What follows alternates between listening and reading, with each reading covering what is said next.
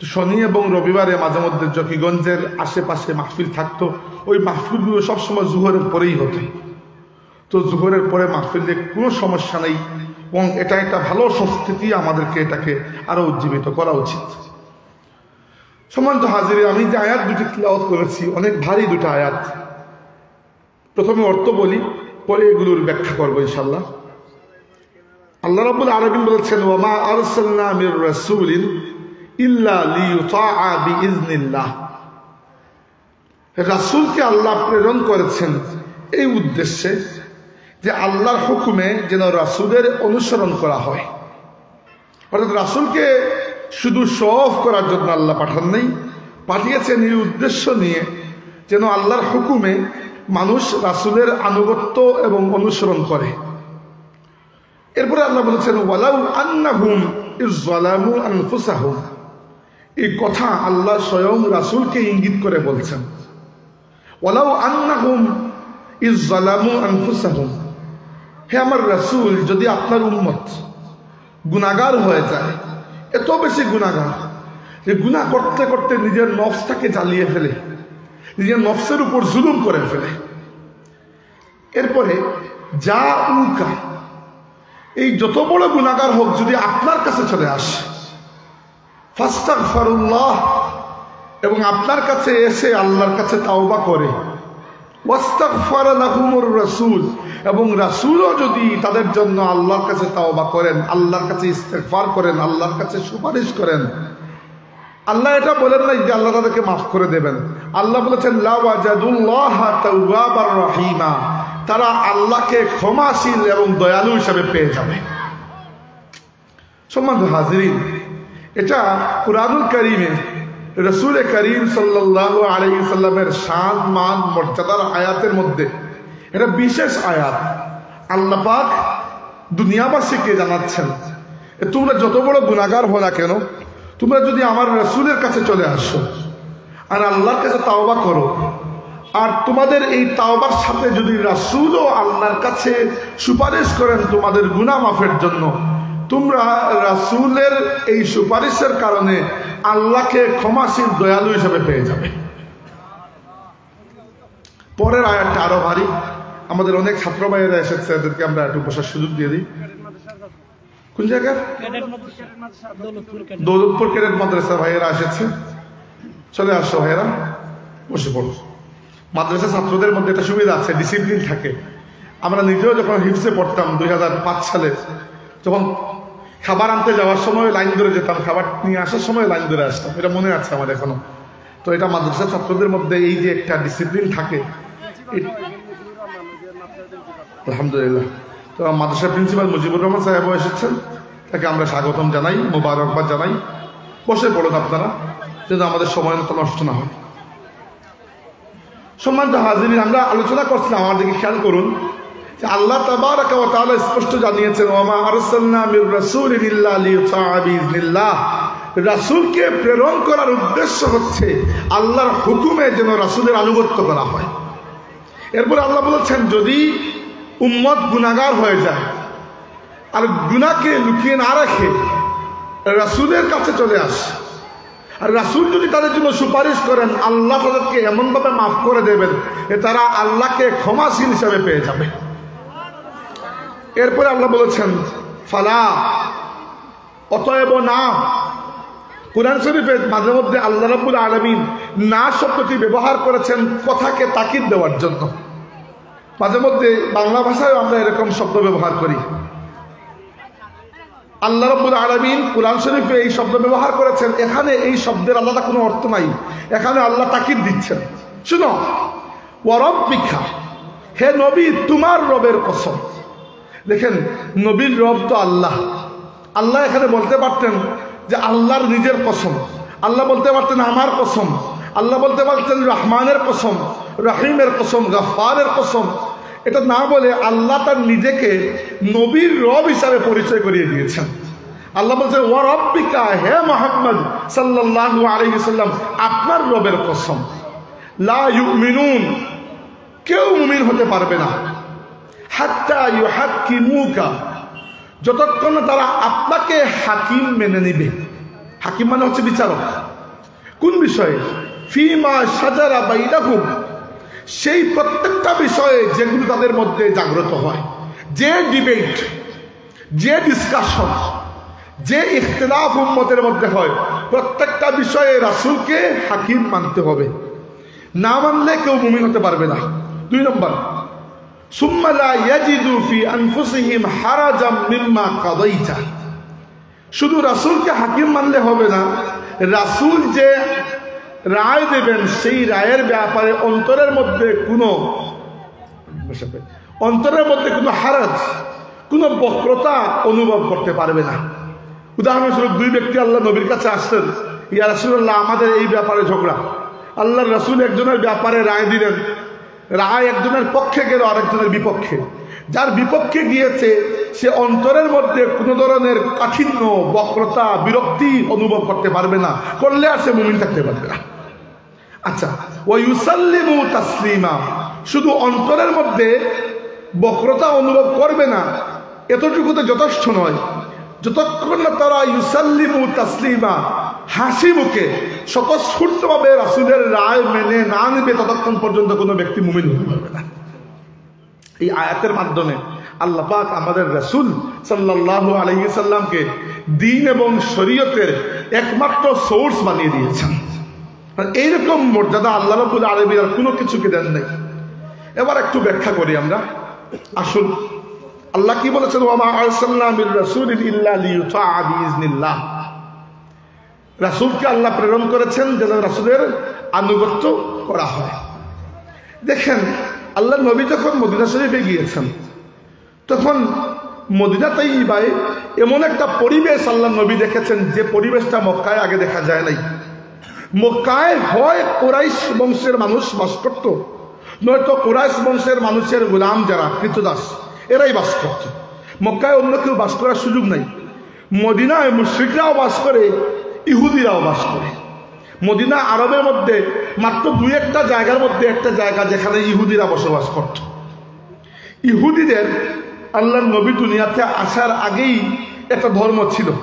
তারা মুসা আলাইহিস ইসলামের উম্মত নিজেকে দাবি করে, তাদের কাছে তাওরাত কিতাব আছে এবং তারা নিজেরা শেষ নবীর অপেক্ষায় ছিল। কুরআন শরীফে এসেছে, ইহুদিরা মুশরিকদের সাথে যদি কখনো যুদ্ধ করত, যুদ্ধের সময় তারা আল্লাহর কাছে বলতো, আল্লাহ, শেষ নবীর ওসিলা নিয়ে তোমার কাছে আমরা দোয়া করছি, আমাদেরকে বিজয় দান করো। কিন্তু যেই মাত্র রাসূল আসলেন, ইহুদিদের এটা অভ্যাস হচ্ছে, তারা আল্লাহর কাছে দোয়া করে, আল্লাহ নিয়ামত দাও, নিয়ামত দাও। যখনই আল্লাহ নিয়ামত দেন, তারা নিয়ামতের নাশুকরি করে ফেলে। এটা ইহুদিদের অভ্যাস। যেমন ইহুদিদের অবস্থা বড় খারাপ ছিল ঈসা আলাইহিস ইসলামের জন্মের আগে কয়েকটা বিষয়ে। প্রথমত হচ্ছে, আপনারা শুনেছেন বেবিলন সম্রাট বুখতেনাসর তৎকালীন যুগের ফিলিস্তিন ইসরায়েল যে এলাকা, ওই এলাকায় হামলা করে সুলাইমান আলাইহিস সালামের তৈরি করা ওই মসজিদকে ভেঙ্গে প্রায় 12 লক্ষ ইহুদিকে হত্যা করেছিল। এরপর থেকে ইহুদিরা আর কখনো একটু শক্তি দিয়ে দাঁড়াতে পারে নাই। তারা আল্লাহর কাছে দোয়া করেছে, আল্লাহ, তুমি ওয়াদা করেছ একজন মাসিহ পাঠাবে, মাসিহকে পাঠাও। এত দোয়া করার পরে আল্লাহ মাসিহ ঈসা ইবনে মারিয়াম আলাইহিস সালামকে পাঠালেন। ইহুদিরা তাকে অস্বীকার করলো, নবী মানল না, জাদুকর বলল, কাফির বলল, মুরতাদ বলে দিল। তারা আল্লাহর নবী ঈসা আলাইহিস সালামকে মুরতাদ বলে দিয়েছে। ঈসা আলাইহিস সালাম দুনিয়া থেকে বিদায় নেওয়ার পরে আরেকবার আল্লাহর আযাব এসেছে। আগে এসেছিল বেবিলন সম্রাটের পক্ষ থেকে, এবার এসেছে রোমান সম্রাট টাইটাসের পক্ষ থেকে। টাইটাস আবার জেরুজালেমে হামলা করেছে, 3.5 লক্ষ ইহুদিকে হত্যা করেছে এবং সুলাইমান আলাইহিস ইসলামের তৈরি করা মসজিদের উপরে তারা দ্বিতীয় একটা মসজিদ বানিয়েছিল, ওই মসজিদকেও ধ্বংস করে চলে গেছে। তারা আবার দোয়া করেছে, আল্লাহ, এখন তো শেষ নবী পাঠানোর সময় হয়ে গেছে, শেষ নবী পাঠাও, শেষ নবী পাঠাও, শেষ নবী পাঠাও। এত দোয়া করার পরে আল্লাহ শেষ নবী পাঠিয়েছেন। তারা একটা মানুষও আল্লাহ রাসূলের পরিমাণ আনে নাই। এত কম ইহুদি ঈমান এনেছিল যাদের সংখ্যা 1 হাতে গোনা যায়। যেমন আব্দুল্লাহ ইবনে সালাম রাদিয়াল্লাহু আনহু, এত কম মানুষ, বাকি ইহুদিরা ঈমান আনে নাই।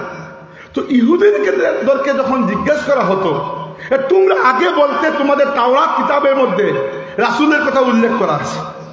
আসলে আল্লাহ নবী নিজে বলেছেন, তাওরাতে আমার ব্যাপারে লেখা হয়েছে, আল্লাহ বলেছেন, আবদি আহমদ আল মুখতার, আমার বান্দা আহমদ হচ্ছেন আমার সবচেয়ে প্রিয় এবং আমার বাছাইকৃত বান্দা।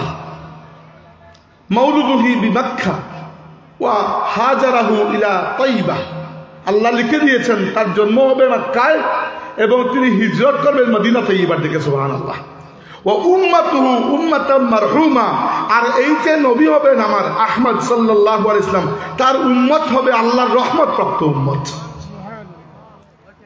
তো ইহুদিদেরকে যখন জিজ্ঞেস করা হতো তোমরা ঈমান আনো না কেন, তারা বলতো আমরা তো ঈমান আনি, আমরা তো আল্লাহকে বিশ্বাস করি, আখিরাতকে বিশ্বাস করি, তোমাদের নবী যেগুলো দাওয়াত দিচ্ছেন আমরা তো বিশ্বাস করি, কিন্তু নবীকে তো অনুসরণের দরকার তো নাই, কারণ আমরা তো অলরেডি মুসা আলাইহিস সালামের অনুসরণ করছি। আল্লাহ এই আয়াত তাদের এই কথার ভিত্তিতে বলেছেন কোরআন শরীফে, وَمِنَ النَّاسِ مَن يَقُولُ آمَنَّا بِاللَّهِ وَبِالْيَوْمِ الْآخِرِ وَمَا هُمْ بِمُؤْمِنِينَ। মানুষের মধ্যে কিছু মানুষ আছে যারা বলে আমরা আল্লাহর প্রতি ঈমান আনি, আমরা আখিরাতের প্রতি ঈমান আনি, ওয়ামা হুম বিমুমিনিন, কিন্তু এরা মুমিন নয়। ইউখাদিউনা আল্লাহ ওয়াল্লাযীনা আমানু, তারা আল্লাহ এবং ঈমানদারদেরকে ধোঁকা দিতে চায়। ওয়ামা ইয়াখদাউনা ইল্লা আনফুসাহুম ওয়া হুম ইয়াশউরুন, কিন্তু তারা নিজেদেরকে ছাড়া অন্য কাউকে ধোঁকা দিচ্ছে না, এটা করে তারা কেবল নিজেদেরকেই ধোঁকা দিচ্ছে। এবং নয় যে তারা রাসূলকে চিনত না। আল্লাহ বলেছেন ইয়ারিফুনাহু কামা ইয়ারিফুনা আবনাআহুম, ইহুদিরা আল্লাহর রাসূলকে এমন ভাবে চিনত যেভাবে নিজের আওলাদকে তারা চিনত, তবুও তারা অনুসরণ করে নাই। তারা মনে করেছিল নাউজুবিল্লাহ রাসূলুল্লাহ সাল্লাল্লাহু আলাইহি ওয়াসাল্লাম হচ্ছেন একজন পিয়ন, কারণ এটা বলতো তার দায়িত্ব হচ্ছে আমাদেরকে আল্লাহর কথা বলে যাওয়া। তিনি আল্লাহর কথা বলেছেন, আমরা আল্লাহকে মেনে নিয়েছি, তাকে মানার তো দরকার নাই। এই কথার ভিত্তিতে আল্লাহ বলেছেন ওয়ামা আরসালনা মির রাসূলিন ইল্লা লিইউতাআ বিইজনিল্লাহ, আল্লাহ রাসূলকে যে পাঠিয়েছেন এই উদ্দেশ্যে পাঠিয়েছেন যে রাসূলের আনুগত্য করা হবে। রাসূলের আনুগত্য ছাড়া কেউ মুমিন হতে পারবে না। আজকের যুগে পৃথিবীতে নতুন এক ইসলাম তৈরি হয়েছে, এই ইসলামের নাম হচ্ছে প্রগ্রেসিভ ইসলাম। বাংলাদেশে এখনো আসে নাই, এই জন্য আমি আগে থেকে সতর্ক করছি। এই ইসলাম বর্তমানে আমেরিকা এবং পশ্চিমা বিশ্বে খুব সাপের মতো ফনা ফেলে বসে আছে। এই ইসলাম কি? এই ইসলাম শুধু আল্লাহকে মানার ইসলাম, রাসূলকে বাদ দিয়ে ইসলাম। তারা কি বলে? তারা বলে যে রাসূলের দায়িত্ব ছিল কোরআন দেওয়া, কোরআন দিয়ে গেছেন, অতএব রাসূলের আর কোনো দায়িত্ব নাই, আমরা শুধু কোরআনকে মানব। শুধু কোরআনকে মানার সুবিধা কি? শুধু কোরআনকে মানার সুবিধা হচ্ছে নামাজ পড়া লাগে না। কারণ কি? আল্লাহ শুধুমাত্র আমাদেরকে নির্দেশ দিয়েছেন নামাজের। কোরআন শরীফ থেকে তো 5 ওয়াক্তের নামাজ আপনি ব্যর্থ করতে পারবেন না, পারবেন না। তো এই সুবিধা হচ্ছে কোরআনকে মানলে আর আল্লাহর রাসূলকে সরিয়ে দিলে কোরআনকে ফুটন্ত মোমের মতো আপনি যেদিকে চাইবেন ওদিকে সেভ দিতে পারবেন নিজের ইচ্ছা মতো। এজন্য বর্তমানে অনেক প্রগ্রেসিভ ইসলামের অনেক আলিম উলামা ফতোয়া দিচ্ছেন, এরা তো আলিম নয়, জাহিল, এরা ফতোয়া দিচ্ছে যে সুদ গ্রহণ করা না জায়েজ, কিন্তু সুদ দেওয়া নাকি জায়েজ। এবার দেখেন, কেউ দিলে তো কেউ গ্রহণ করবে, আপনি একটাকে জায়েজ করে দিলেন, একটাকে না জায়েজ করে দিলেন, এর অর্থ কি? এরপরে ফতোয়া দেওয়া হচ্ছে যে সমকামিতা নাকি ইসলামে না জায়েজ নয়, নাউজুবিল্লাহ। তারা সমকামিতাকেও জায়েজ করে দিচ্ছেন। এর কারণ কি? এই সব ফিতনা। আমি গতকালকে একটা ইশারা দিয়েছিলাম আলালপুরে তুলাউড়ার, যে এই একটা বড় ফিতনা যে আল্লাহকে মানি রাসূলকে মানব না। এই সেম ফিতনা সম্রাট আকবরের সময় তৈরি হয়েছিল। সম্রাট আকবরকে তৎকালীন যুগের 2 জন মৌলবী, একজনের নাম ছিল আবুল ফজল, আরেকজনের নাম ছিল ফৈজি। এরা বড় আলিম ছিল, কুরআন শরীফের তাফসীর লিখেছে।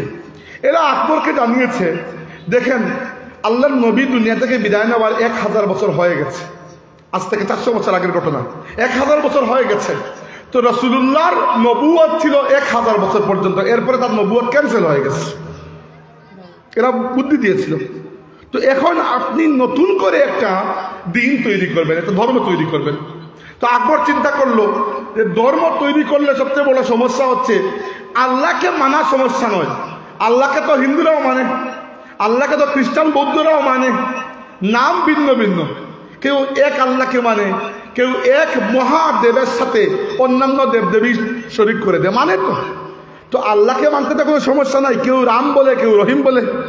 তো আকবর চিন্তা করলো যে সবাইকে একটা ব্লেন্ডারের মধ্যে পিষে একটা ধর্ম বানিয়ে দিলে কেমন হয়। আকবর দ্বীন ইলাহী নামক নতুন একটা ধর্ম বানিয়ে দিয়েছিল। কি জন্য? এই ধর্মে রাসূলকে অস্বীকার করা হয়েছিল। এবং এরপরে ভারতের হিন্দুদের মধ্যে প্রথম যে একটা আন্দোলন শুরু হয়েছিল হিন্দুদেরকে আবার জাগ্রত করার, পুনর্জীবিত করার, সেই আন্দোলন শুরু করেছিলেন রাজা রামমোহন রায়। নাম শুনেছেন আপনারা? রাজা রামমোহন রায় বড় আলিম ছিলেন, আরবি, ফার্সি, উর্দু, হিন্দি, ইংরেজি, সংস্কৃত সব ভাষার পণ্ডিত রাজা রামমোহন রায়। রাজা রামমোহন রায় আরবি ভাষায় কিতাব লিখেছেন। তিনি এক আল্লাহকে মানতেন এবং তিনি হিন্দু এবং মুসলমানদেরকে এই মর্মে এক করে দিয়েছিলেন যে রাসূলকে বাদ দাও, শরীয়তকে বাদ দাও, এইগুলা খালি মারামারি হয়, শুধু এক আল্লাহকে মানো। নাউজুবিল্লাহ। কারণ এক আল্লাহকে মানতে তো আর সমস্যা নয়। তো এজন্য এই যে ফিতনাগুলা আল্লাহ তাবারাকা ওয়া তাআলা এক আয়াতের মধ্যে সমস্ত ফিতনাকে ধ্বংস করে দিয়েছেন, ধসিয়ে দিয়েছেন। বলেছেন ওয়ামা আরসালনা মির রাসূলিন ইল্লা লিইউতাআ বিইজনিল্লাহ। এজন্য মনে রাখবেন এই কথাগুলো। আপনারা অনেকেই ছোট শিশুরা বসে আছেন, যুবক তরুণরা বসে আছেন, ভবিষ্যতে বড় হবেন যখন আরো অনেক ফিতনা দেখতে পারবেন। মনে রাখবেন আমার একটা কথা, আজকের এই দিন, এই শরীয়তের একমাত্র সিঙ্গেল মার্কাজ হচ্ছেন আকা মৌলা মুহাম্মদুর রাসূলুল্লাহ সাল্লাল্লাহু আলাইহি ওয়াসাল্লাম। আল্লাহর রাসূল ছাড়া অন্য কোনো জায়গা থেকে ইন্ডিপেন্ডেন্টলি আপনি ইসলাম নিতে পারবেন না। এমনকি খুদ কুরআন শরীফের মধ্যে আল্লাহ তাবারাকা ওয়া তাআলা এমন কিছু কথা বলেছেন যে কথাগুলোকে বুঝতে এবং মানতে হলে রাসূলের আনুগত্যের মাধ্যমে এটা বুঝতে হবে আমাদেরকে। এরপরের ঘটনা কি? আল্লাহ পাক বলেছেন যে ওয়ালাউ আন্নাহুম ইয যালামু আনফুসাহুম। এই আয়াতটা খুবই প্রিয় কোরআন শরীফের। পুরো কোরআনের মধ্যে আমি যদিও হাফেজে কোরআন, কোরআন শরীফের সব আয়াতই আমার প্রিয় হওয়ার কথা, কিন্তু কোনো কোনো আয়াত অন্য আয়াত থেকে বেশি প্রিয় হয়ে যায়। এই আয়াতটা আমার কাছে বড় প্রিয়। বিশেষ করে এই আয়াতের সাথে একটা ছোট্ট ঘটনা জড়িয়ে আছে। এই ঘটনাটি আমার কাছে খুবই প্রিয়। আল্লাহ বলেছেন যে ওয়ালাউ আন্নাহুম ইয যালামু আনফুসাহুম জাউকা।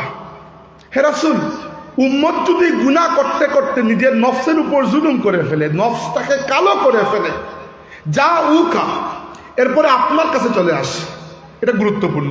গুনাহ করার পরে রাসূলের কাছে যদি ফিরে আসে, কারণ রাসূল নিজে বলেছেন আনা ফিআতুল মুসলিমিন, আমি হচ্ছি মুসলমানদের ফিরে আসার জায়গা। সুবহানাল্লাহ। সাহাবা কেরাম মাঝে মধ্যে কোনো অপরাধ হয়ে গেলে আল্লাহর রাসূল সাল্লাল্লাহু আলাইহি ওয়াসাল্লামের কাছে এসে বলতেন ইয়া রাসূলুল্লাহ, আমি অমুক অপরাধ করেছি। রাসূল সাল্লাল্লাহু আলাইহি ওয়াসাল্লাম বলতেন যেহেতু আমার কাছে চলে এসেছো, ঠিক আছে, অপরাধ সরে গেছে। রাসূল হচ্ছেন মুমিনদের ফিরে আসার জায়গা। আল্লাহ বলেছেন মুমিন যদি গুনাহ করে ফেলে এরপরে রাসূলের কাছে চলে আসে, ফাস্তাগফিরুল্লাহ, এরপরে আল্লাহর কাছে তাওবা করে, ওয়াস্তাগফার লাহুমুর রাসূল, আর রাসূলুল্লাহ যদি তাদের জন্য আল্লাহর কাছে ইস্তেগফার করেন, লাওয়াজাদুল্লাহ তাওয়াবার রহিমা, তাহলে তারা আল্লাহকে তাওবা কবুলকারী, ক্ষমাশীল হিসাবে পেয়ে যাবে। এই আয়াতে ছোট্ট একটা ঘটনা আছে। ইমাম উতবি রাহমাতুল্লাহি আলাইহি, অথবা তার একটা নাম ছিল ইমাম উমরি, দুইটা নামই আছে, দুই নাম কিতাবের মধ্যে আছে। তিনি লিখেছেন যে রাসূল সাল্লাল্লাহু আলাইহি ওয়াসাল্লাম দুনিয়া থেকে বিদায় নেওয়ার বেশ কয়েক বছর পরে আমি একবার মসজিদে নববীর মধ্যে বসে আছি, রওজা শরীফের ঠিক পাশে। তো বসে এখানে একটু তাকাচ্ছি যে চারপাশে কি হয় দেখব। দেখি এক আরবের এক বেদুইন ব্যক্তি রওজা শরীফের সামনে এসে দাঁড়িয়েছে, যেখানে দাঁড়িয়ে আমরা সালাত সালাম পেশ করি, এখানে সে দাঁড়িয়েছে। দাঁড়িয়ে ওই ব্যক্তি বলছে ইয়া রাসূলুল্লাহ, আমার বড় শখ ছিল আপনাকে দেখার, কিন্তু সুযোগ হয় নাই। আমি দুনিয়াতে আসার আগে আপনি দুনিয়া থেকে বিদায় নিয়েছেন। কিন্তু ইয়া রাসূলুল্লাহ, আমি সেই কিতাব তিলাওয়াত করেছি যে কিতাব আল্লাহ আপনাকে নাজিল করেছেন, এবং সেই কিতাবের মধ্যে আমি পেয়েছি আল্লাহ বলেছেন ওয়ালাউ আন্নাহুম ইয যালামু আনফুসাহুম জাউকা ফাস্তাগফিরুল্লাহ ওয়াস্তাগফার লাহুমুর রাসূল লাওয়াজাদুল্লাহ তাওয়াবার রহিমা। ইয়া রাসূলুল্লাহ, আমি পেয়েছি। আল্লাহ বলেছেন, হে রাসূল, উম্মত যদি গুনাহ করে আপনার কাছে চলে আসে আর আপনি যদি একটু সুপারিশ করে দেন, আল্লাহ তাদেরকে ক্ষমা করে দেবেন। ইয়া রাসূলুল্লাহ, আমার জীবনে গুনার কোনো সীমা নাই, গুনার মধ্যে আমি ডুবে আছি, আর আমি আমার গুনার বোঝা নিয়ে আপনার সামনে হাজির হয়েছি। আমি আল্লাহর কাছে তাওবা করি, আর আপনিও যদি একটু সুপারিশ করেন আল্লাহর কাছে, যেন আল্লাহ আমার গুনাহকে মাফ করে দেন। এই বলে ব্যক্তি খুবই কান্নাকাটি করলেন।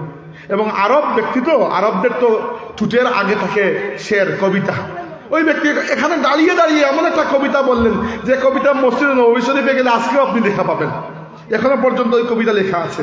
ওই ব্যক্তি কবিতা পাঠ করলেন, ইয়া খায়রা মান দুফিনাত বিল কা'i আরজুমুহু ফাতাবা মিন তিবিহিন্নাল কা'উ ওয়াল আকামু নাফসিল ফিদাউ লিকবরিন আনতা সাকিনুহু ফীহিল আফাফু ওয়া ফীহিল জুদু ওয়াল কারামু আনতাল হাবিবুল্লাযী তুরজা শাফাআতুহু আলাস সিরাতি ইযা মা যাল্লাতিল কদমু ওয়া সাহিবাকা ফালা তানসাহুমা আবাদা মিন্নি সালামু আলাইকুমু মা জারাল কলামু।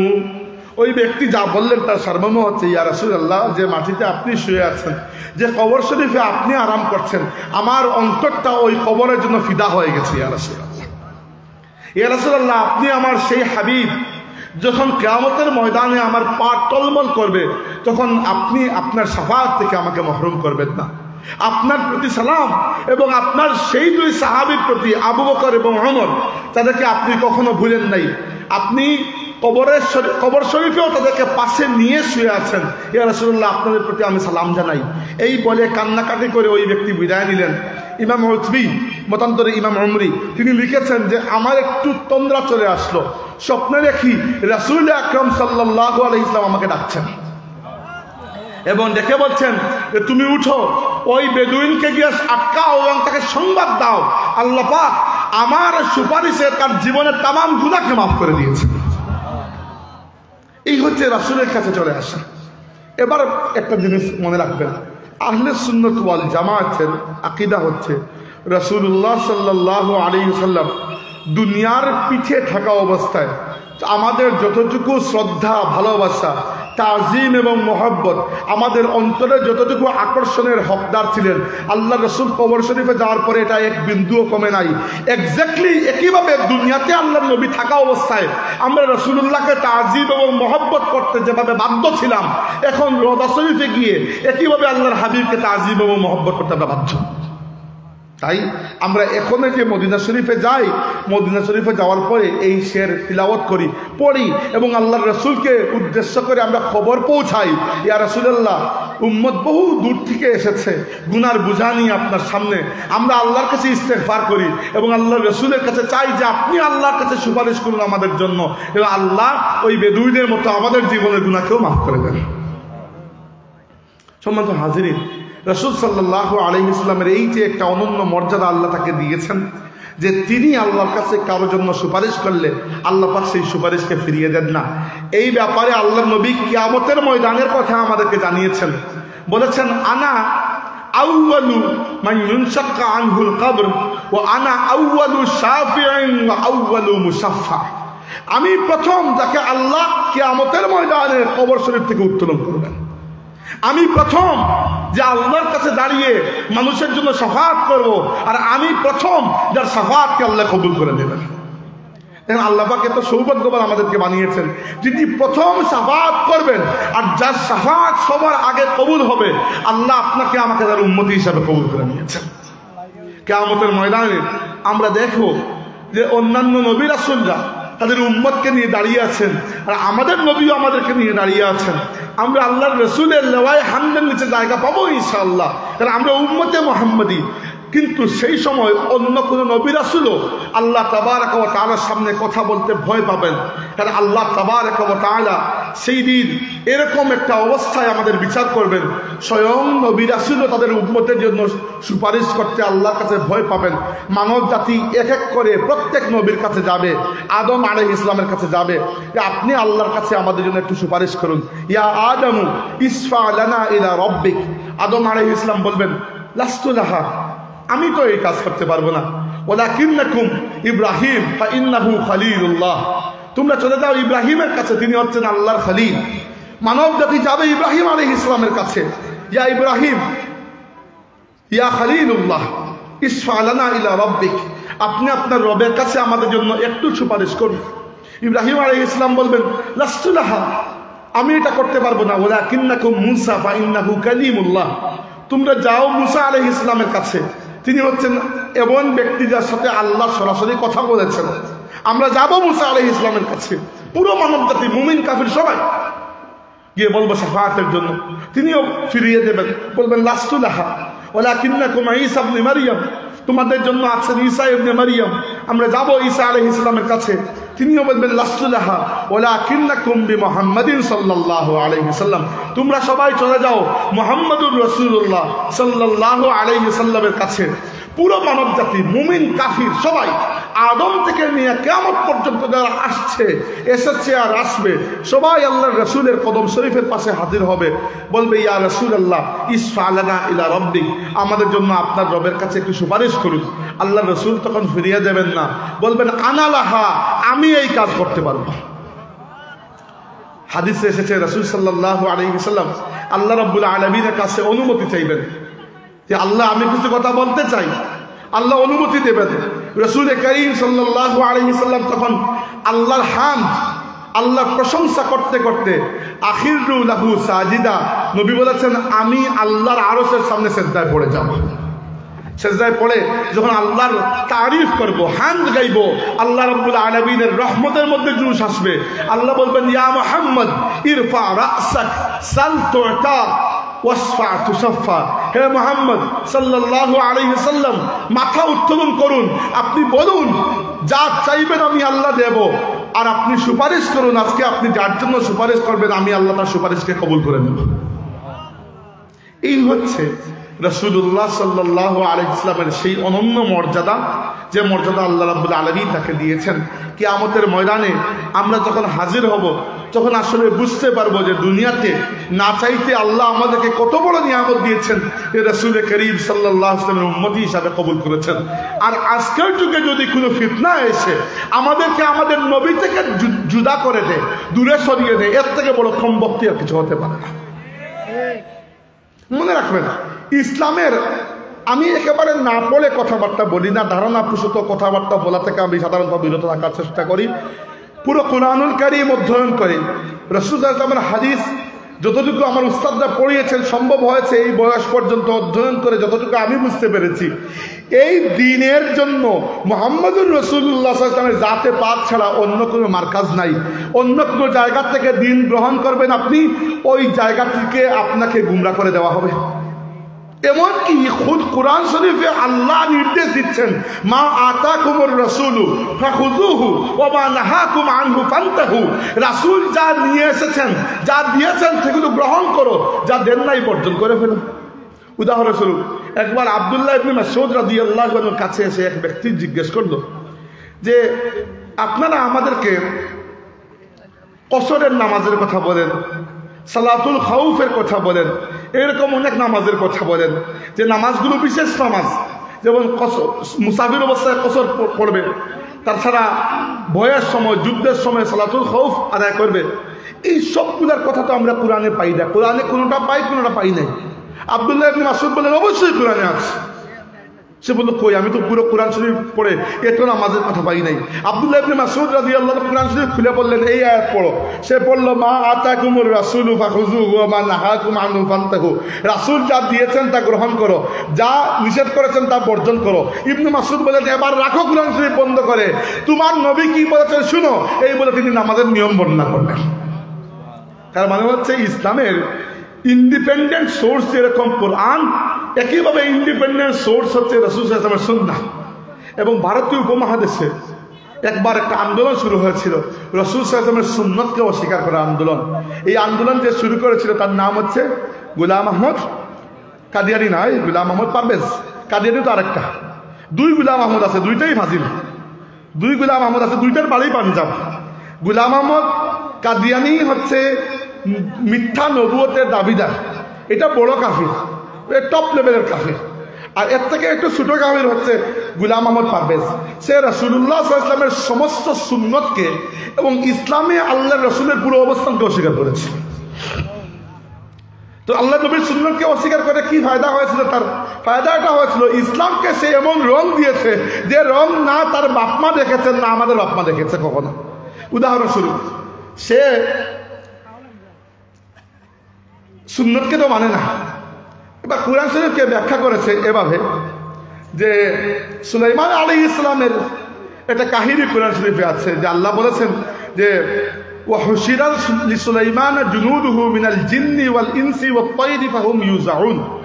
সুলাইমানের সেনাবাহিনীর মধ্যে আল্লাহ পাক মানুষ, জিন্নাত এবং পাখিদেরকে শামিল করেছেন। এটা কুরআন শরীফের এই আয়াতের অর্থ। সে অর্থ করেছে এভাবে, সুলাইমানের সেনাবাহিনী নাফ বলতে জিনদেরকে বোঝায়, সে ইনসান বলতে উদ্দেশ্য করেছে সভ্য মানুষ, আর জিন বলতে উদ্দেশ্য করেছে অসভ্য মানুষ। এই হচ্ছে সুন্নতকে বাদ দিয়ে যে ইসলাম আপনি সাজাবেন, এই ইসলামের ঢং হবে এইরকম। এছাড়া আপনি যদি তার তাফসির পড়েন হাসতে হাসতে আপনার পেট ফেটে যাবে, এরকম ব্যাখ্যা সেই ইসলামের করে গেছে। কিন্তু আশ্চর্যের বিষয়, যারা সবসময় হাদিস নিয়ে সবসময় খুবই একটা উত্তেজনা প্রকাশ করেন, আমাদের আহলে হাদিসের ভাইয়েরা, উপমহাদেশে যখন ইনকারে হাদিস, আল্লাহর রাসূলের হাদিস এবং সুন্নতকে ওই যে গোলাম আহমদ পারভেজের মূল শিষ্য যিনি গোলাম আহমদ পারভেজকে কবুল করেছিলেন, এছাড়া আরো বিভিন্ন মানুষ আছে, সবার নাম আমি জানি না। তো এই ফিতনা এখন দুনিয়াতে আবার শুরু হয়েছে, ইউরোপ, আমেরিকায়, বিভিন্ন জায়গায়, বাংলাদেশেও আছে এরকম কিছু কিছু মানুষ। একবার এক লোক আপনাদের আজকের প্রধান অতিথি আব্বাসী সাহেবের সাথে বিতর্ক করেছিল, মনে আছে আপনাদের? নিজুম মজুমদার না তাজ হাসমি পড়ে এসেছেন এই ফিতনা ছড়া ইউনিভার্সিটিতে, কলেজে, কারণ এদের তো ইসলাম ভালো করে জানা নাই। এইটা হচ্ছে আমার সবচেয়ে বড় আশঙ্কা, এইটা হচ্ছে আমার সবচেয়ে বড় আশঙ্কা। আমার বন্ধু, আমার খুবই ক্লোজ ফ্রেন্ড, বর্তমানে অস্ট্রেলিয়ার মেলবোর্ন একটা ইসলামিক সেন্টারে খতিব, সে মালয়েশিয়া থেকে পিএইচডি করছে। সে এক সময় এই ফিতনার মধ্যে এমনভাবে মজে গিয়েছিল, সে নিজে আমাকে তার নিজের মুখে বলেছে, যদিও সে এখান থেকে ফিরে এসেছে, আল্লাহ তাকে হেদায়েত দান করেছেন, সে নিজে আমাকে বলেছে যে বন্ধু, আমরা ইসলামে মোহাম্মদকে বেশি গুরুত্ব দিয়ে দিই, এত গুরুত্ব দেওয়ার দরকার নাই, এইরকম নাম ধরে বলেছে সে। কারণ তার ব্যাকগ্রাউন্ড ছিল না, এই জন্য যখন এই ফিতনা তাকে আসর করেছে, সে খুব দ্রুত এই ফিতনার মধ্যে পড়ে গেছে। আল্লাহ অপর দিকে বলছেন এই রাসূলের অবস্থান ইসলামে এতটুকু, ফালা ওয়া রাব্বিকা লা ইউমিনুন, হে রাসূল আপনার রবের কসম কোন মানুষ মুমিন হতে পারবে না হাত্তা ইউহাক্কিমুকা ফীমা শাজারা বাইনাহুম, যতক্ষণ পর্যন্ত নিজেদের প্রত্যেকটা জিনিসের জন্য আপনাকে তারা হাকিম মেনে না নেবে। এই হচ্ছে আল্লাহর নবীর ভূমিকা, এই হচ্ছে আল্লাহর রাসূলের অবস্থান ইসলামে। সুন্নতের এই হচ্ছে গুরুত্ব। সুন্নত বলতে শুধু এই সুন্নত নয় যেগুলো আমরা দৈনন্দিন জীবনে পালন করি। আল্লাহর রাসূল আমাদেরকে যে পরিবার গঠন করে দেখিয়ে গেছেন, ওই পরিবার গঠন করাও সুন্নত। যেরকম সমাজ দিয়ে গেছেন, ওই সমাজ গঠন করাও সুন্নত। যেরকম রাষ্ট্র দিয়ে গেছেন, সেই রকম রাষ্ট্র গঠন করাও সুন্নত।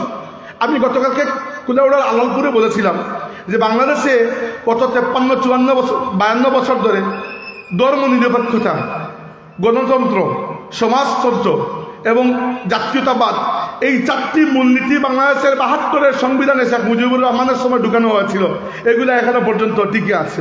প্রধানে জিয়াউর রহমান একবার বের করেছিলেন, আবার শেখ হাসিনা এসে ঢুকিয়ে দিয়েছেন।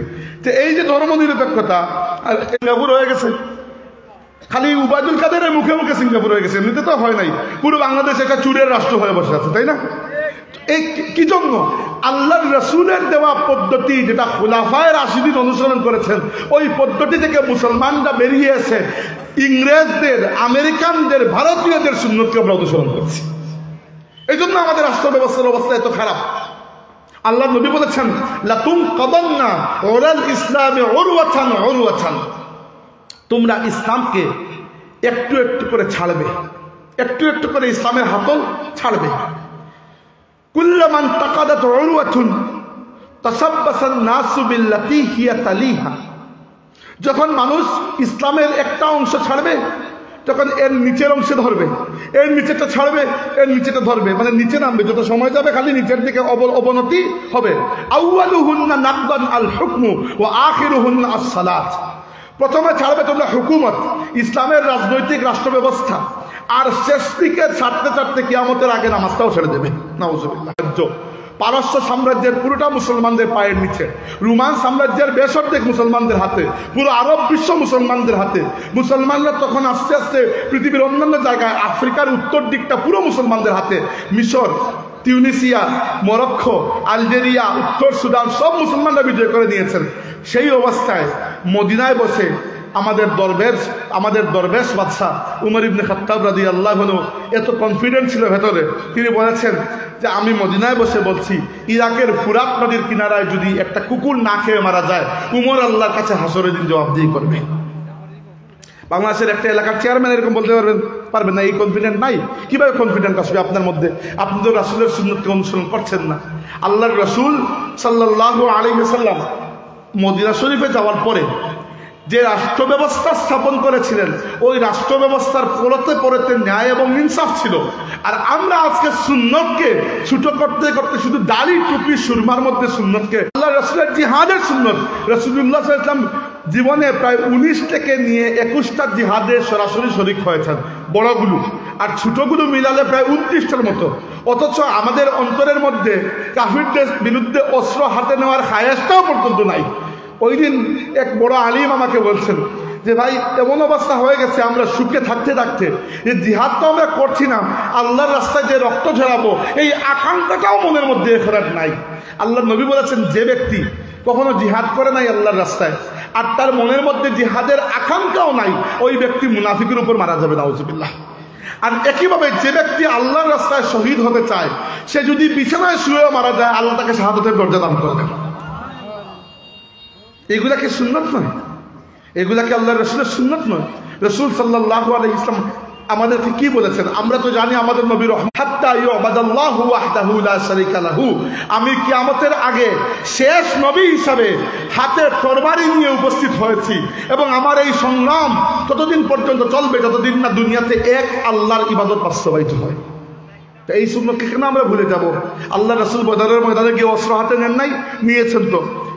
এবার আমাদেরকে যেটা করতে হবে, আমাদেরকে বুঝতে হবে এই উম্মতে মুসলিমা বাংলাদেশ যারা আমরা আছি, বাংলাদেশের মুসলিম উম্মত, এদের আসল দুশ্মন কারা?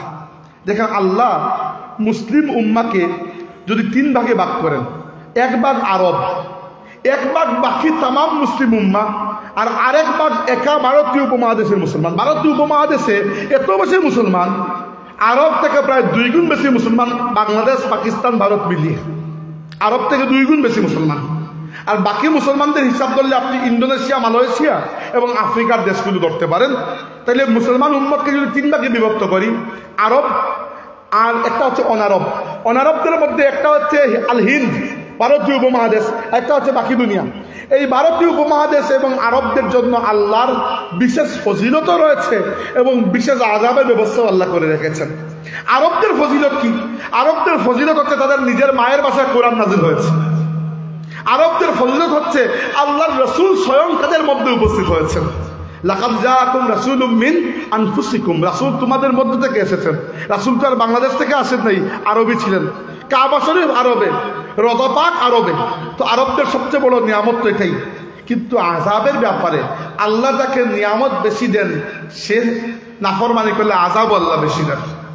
এজন্য আরবদের জন্য আল্লাহ রাসূল বলেছেন, ওয়াইলুল লিল আরব মিন শাররিন কাদ ইকতারাব, আফসোস আরবদের জন্য, আরবদের খারাপ দিন বড় নিকটে চলে এসেছে।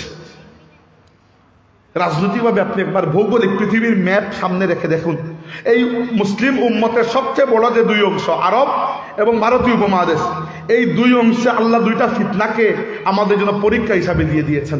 আরব বিশ্বের বুকের উপর রয়েছে ইসরায়েল নামক ফিতনা, আর ভারতীয় উপমহাদেশের বুকের উপর রয়েছে ইন্ডিয়ার হিন্দুত্ববাদী সমাজ। হিন্দু নয়, হিন্দুত্ববাদী। হিন্দু আর হিন্দুত্ববাদীর মধ্যে পার্থক্য আছে। সাধারণ একজন নিরপরাধ হিন্দু, তার সাথে আমার বিশ্বাসগত পার্থক্য ঠিক আছে, কিন্তু মানবিক একটা সম্পর্ক তো আছে। কিন্তু আমি বলছি এর কথা নয়, আমি বলছি নরেন্দ্র মোদীর যে হিন্দুত্ববাদ, যে হিন্দুত্ববাদকে বাংলাদেশের একজন সাপোর্ট করতে এখন চলে গেছেন ওইদিকে। তো এই হিন্দুত্ববাদকে আমি ইশারা করছি, বাংলাদেশের, পাকিস্তানের এবং হিন্দুস্তানের মুসলমানদের জন্য সবচেয়ে বড় বিপদ হচ্ছে এই হিন্দুত্ববাদ। এমনকি ওলামা কেরাম বলেছেন, যারা আরিফ, যারা আল্লাহ যাদেরকে বিশেষ ইলম দিয়েছেন, এরা বলেছেন আমাদেরকে যে এক সময় এমনও আসতে পারে যে আজকে ইসরায়েল যেরকম পুরো আরব বিশ্বের উপর জুলুম চালিয়ে যাচ্ছে, হয়তো হিন্দুস্তানের হিন্দুরা বা হিন্দুত্ববাদীরা পুরো উপমহাদেশের মুসলমানদেরকে এরকম মজলুম অবস্থায় করে রাখবে। হ্যাঁ, এরপরে আল্লাহ এক সময় বিজয় দিবেন, গাজওয়াতুল হিন্দ হয়তো হবে, কিন্তু এর আগ পর্যন্ত ভারতীয় উপমহাদেশের মুসলমানদের জন্য সবচেয়ে বড় খাতরার নাম হচ্ছে এই হিন্দুত্ববাদ। আজকে দেখেন, আপনি বসে এখানে একটা মাহফিল করতে পারছেন, আপনার কাশ্মীরের মুসলমান ভাইদেরকে কি অবস্থা করে রেখেছে। 1947 সাল থেকে যে কাশ্মীর